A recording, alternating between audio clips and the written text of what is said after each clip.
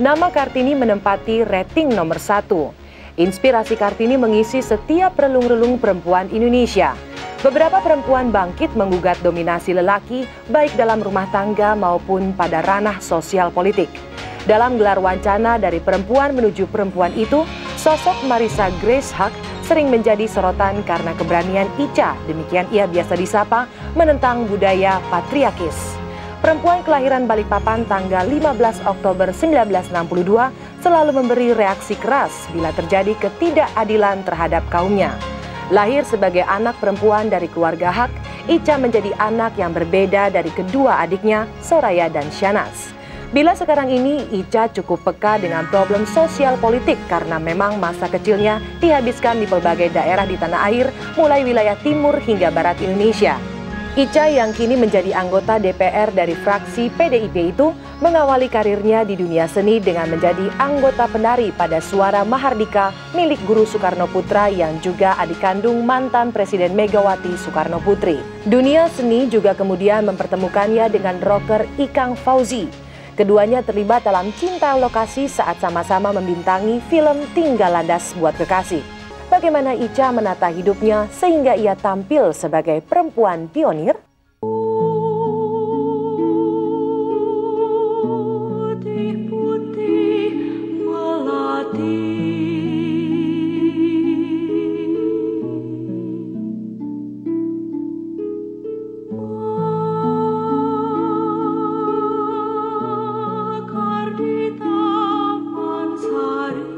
Lihatlah manusia ini. Perempuan dalam lingkup inspirasi tertentu bukan hanya manusia perbatasan yang tak mampu melintasi ruang dan waktu. Menilik mawas pada sosok Marissa Grace Haq, perempuan dapat saja menjelma sebagai rangkaian kisah yang luar biasa dari hal yang biasa-biasa saja. Sebagai anak pegawai Pertamina, Ica, demikian ia biasa disapa, melakoni masa kecilnya seperti menyambung dongeng dari satu daerah ke daerah yang lain di tanah air. Masa kecil saya biasa aja, seperti layaknya juga anak-anak kecil lain. Saya lahir di Balikpapan, pernah tinggal juga di Surabaya, Cepu, Sorong, Iriannya, Papua, dan kemudian lama di Palembang, 8 tahun. Soraya lahir di situ, dan ya sebagaimana layaknya anak kompleks Pertamina, kita naik sepeda. Lahir sebagai anak pertama dari keluarga Haq, Ica terlihat lebih berpengaruh di antara dua adiknya, Soraya dan Shahnaz. Tentang masa kecilnya, ada sesuatu yang indah yang hingga kini selalu dikenang antara Marissa dan Soraya. Pernah satu saat dia datang mendadak, lari gitu dari luar. Kupikir dia sayang sama aku, pengen memeluk aku, pengen mencium. Ternyata dia datang untuk menendang semua mainanku. Dan itu yang betul-betul terjadi oleh karena dia ngerasa ini si kakak punya adik kok dianggurin gitu, dia kesepian, dia butuh saya sebagai teman, tapi saya punya dunia sendiri gitu. Jadi boleh dibilang persaingan langsung enggak terlalu ada karena bakat dan minat kita beda. Aku suka kadang-kadang kalau lagi sebel karena si Ica kan senengnya main sama boneka, ngomongnya sama boneka, lebih baik ngomong sama boneka daripada ngomong sama adiknya gitu. Jadi pas aku pulang gitu ya, aku langsung taruh otopet, langsung taruh, kemudian cari mana Ica gitu kan, Ica nggak ada gitu kan, cari dia lagi ngomong, langsung aku berantakin semua mainannya. Ketika usia beranjak remaja, perempuan blasteran Ambon, Pakistan dan Madura ini sudah terbiasa dengan pola hidup yang rapi dan rajin membaca. Karena berasal dari keluarga yang anaknya semua perempuan, orang tua mendidik Ica untuk selalu mandiri. Bapak ibu saya termasuk yang disiplinnya tinggi dan keras, dalam artian anak perempuan, dan kita bertiga perempuan semua ya, tidak boleh cengeng, dan bahwa kalau kita digertak sama anak laki-laki tidak boleh ngalah. Kalau kamu rasa betul, lawan. Dalam keluarga Haq, seni sama sekali berbeda dengan hiburan. Ibu Ica adalah seorang guru piano dan Ica sendiri sejak kecil gemar melukis. Ketika Ica berusaha mendobrak dengan menekuni dunia hiburan, sempat mendapat protes dari ayahnya. Gebrakan Ica ke layar lebar seolah membuka pintu bagi adik-adiknya. Dulu aku penari di Suara Mahardika, penarinya Mas Guru Soekarno Putra, dan kemudian ada sahabat ibuku, Tante Jawat, namanya Ida Jawat, yang mengajak ibuku untuk anaknya diperkenalkan kepada majalah Kartini waktu itu, untuk dijadikan cover. Kemudian dari sana ada sutradara film yang baru meninggal, Pak M. Terry Syaf namanya. bersama PT Bola Dunia Film juga udah meninggal, Pak Jiwat Ibrahim produsernya, memasang aku sebagai pemeran utama, dan jadilah aku peran utama pemain film layar lebar. Ting kamu. Apa ya? Coba tanya ibu. Saya selalu kagum pada laki-laki yang kerja keras dan tidak berlaki-laki luntang-lantung. Kamu. Bulaan. Yotaris. Anarkis. Bombas. Omong besar. Kau masih belum punya apa-apa. Baru punya mulut, baru punya laga, baru punya getak. Masih nol. Dan tidak berlaki-laki luntang-lantung. Dan kamu juga rupanya ikut tenggelam dalam keringat lelaki tua itu. Keluarga kami kan keluarga konservatif yang modern. Dalam arti kata segala sesuatu tuh yang sifatnya formal. Tapi kalau misalnya berhubungan dengan dunia akting, dunia pragawati yang seperti itu sesuatu yang bukan di dalam keluarga kita, kecuali musik sama melukis. Iya, itu masuk keluarga kita. Jadi ketika sebagai anak mendobrak gitu, ada permintaan dan kemudian anak ini mempunyai potensi, ya pasti di dalam keluarga itu ada perubahan dimensinya. Jangan kalah sama laki-laki. Yap, Bapak Bawel.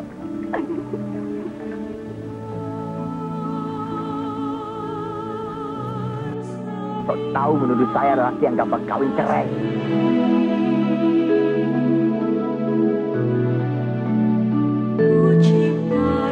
Keberhasilan Ica memberikan inspirasi dan kekuatan bagi adik-adiknya, langsung menempatkan mereka bertiga sebagai Sri Kandi keluarga. Di samping itu, Ica juga berperan sebagai ibu bagi adik-adiknya saat ibunda mereka tiada. Sanas masih menyimpan kesan haru tentang Ica.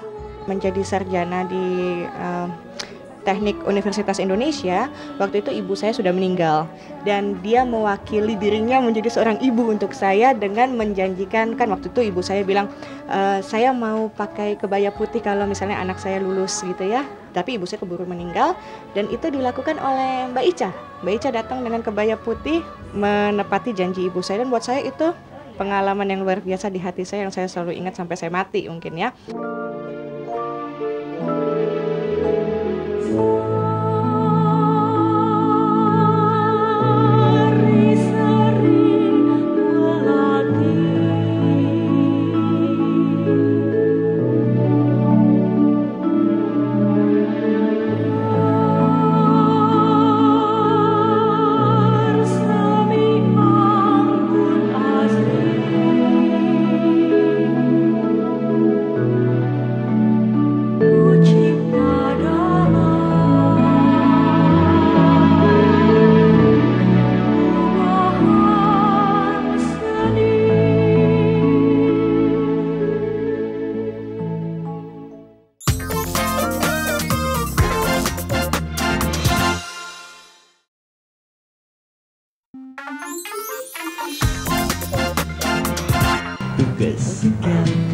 Gila kamu.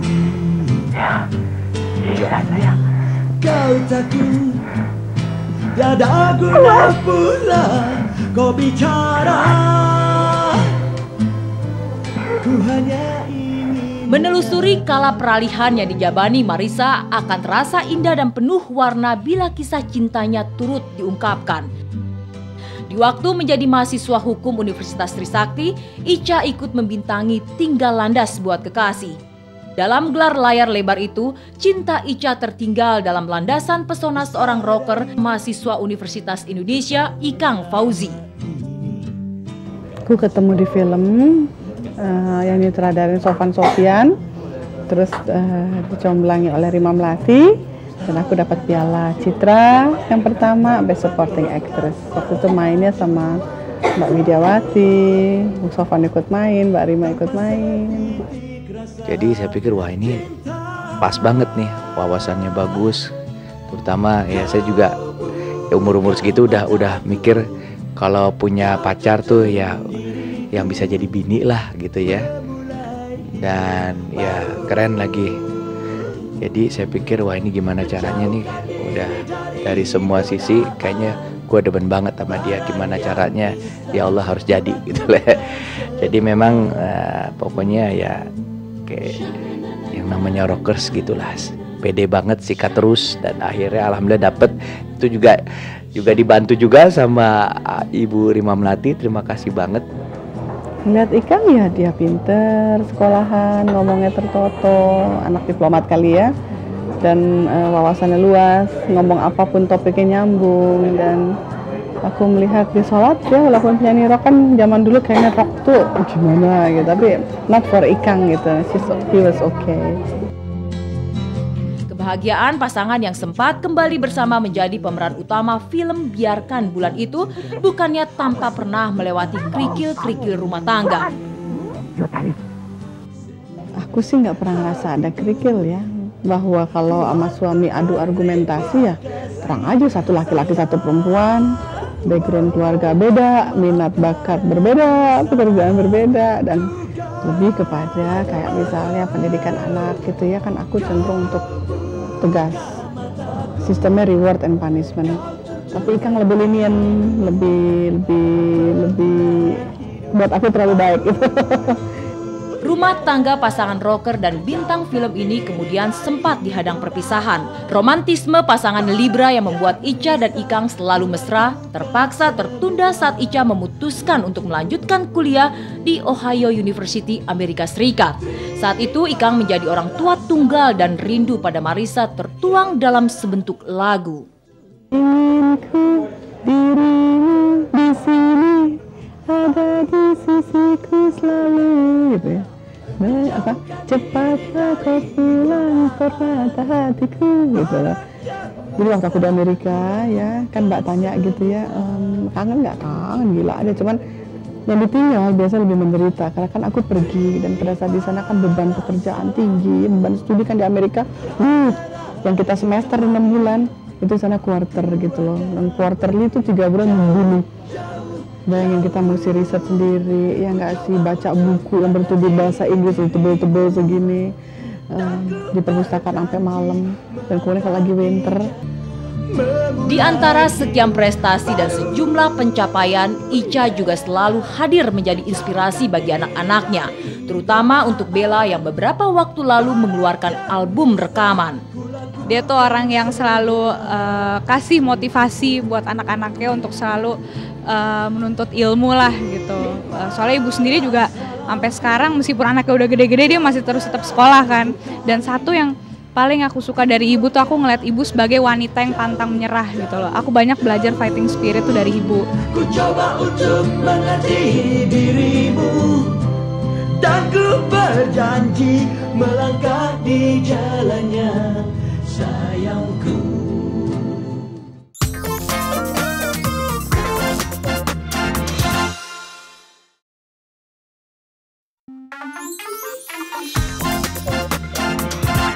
Pantas orang-orang macam bosmu itu suka mengecilkan orang lain.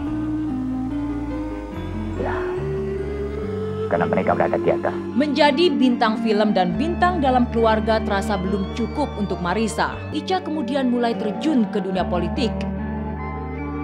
Yang membuat aku terjun ke dunia politik sebetulnya ini by accident, by coincidence. Jadi waktu saya sekolah di Ohio University yang belum selesai, S2 kedua ya, saya perlu merasa cari uang tambahan. Kenapa? Karena uang saku saya sebagai asisten profesor kecil, dan kemudian juga karena waktu itu ada informasi bahwa presiden perempuan Indonesia akan pergi ke PBB gitu, dan saya lapor kepada komite di sekolah, bolehkah saya mengambil ini sebagai subjek, saya punya mata kuliah pilihan, dan dibolehkan. Dan berangkatlah saya ke New York gitu loh. Di sana ketemu dengan Pak SBY, Pak Presiden sekarang yang waktu itu masih Menko Polkam, yang melamar saya untuk Ibu Mega.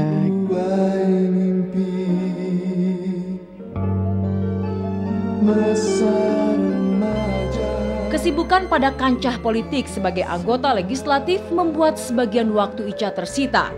Perhatiannya kepada suami dan 2 orang anaknya agak berkurang. Kedua anaknya lebih dekat pada sang suami Ikang Fauzi. Biasanya Bella kan juga dekat sama ayah kan.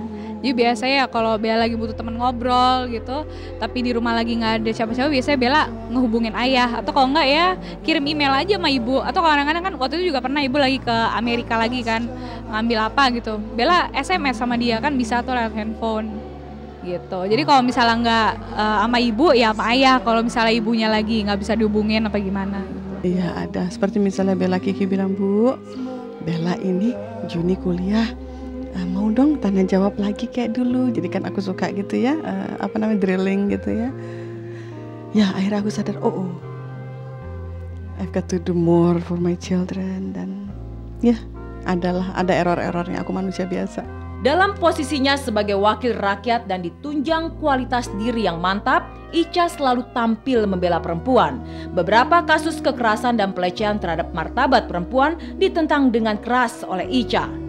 Kalau care soal wanita sebetulnya itu lebih kepada karena dulu kami bertiga bersaudara perempuan semua. Kemudian juga punya anak 2 perempuan semua. Dan melihat statistik dunia dari sekian miliar penduduk, 52% hampir perempuan. Dan kemudian juga banyak dalam segala kesempatan perempuan itu ditempatkan sebagai second class citizen. Seneng dong, kan emansipasi wanita. Enggak deh. Iya, Bella seneng, bangga. Karena Bella ngerasa kalau ibu kayak gitu berarti dia juga ikut mengangkat derajat wanita gitu kan. Ya meskipun sekarang zaman era globalisasi modern kayak sekarang kan masih ada aja kan orang yang nganggep wanita tuh nomor 2. Ya mestinya ya udah nggak gitu lagi lah, namanya juga zaman sekarang gitu loh, yang mestinya ya disamaratain aja. Aku tuh suka merasa mak singkring gitu. Anda harus menjadi Kartini. Saya nggak mau. Kenapa? Karena buat saya Kartini ya oke lah, kita akui Kartini dengan kekuatan penanya. Beliau melakukan sebuah langkah terobosan dengan pemikiran-pemikiran, tapi kan baru wacana. Buat saya di antara mereka bertiga, Kartini, Kardinah, Rukmini, sebetulnya kenapa tidak Hari Kardinah?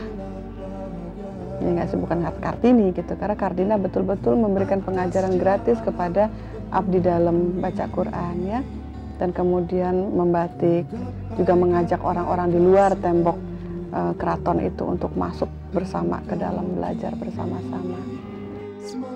Ica menabuh kontroversi atas sikap kompromi Kartini terhadap Belanda dan praktek poligami. Hidup Ica akan terpenuhi bila dirinya mampu memperjuangkan Hari Pahlawan Wanita sebagai simbol penghormatan kepada kaum perempuan.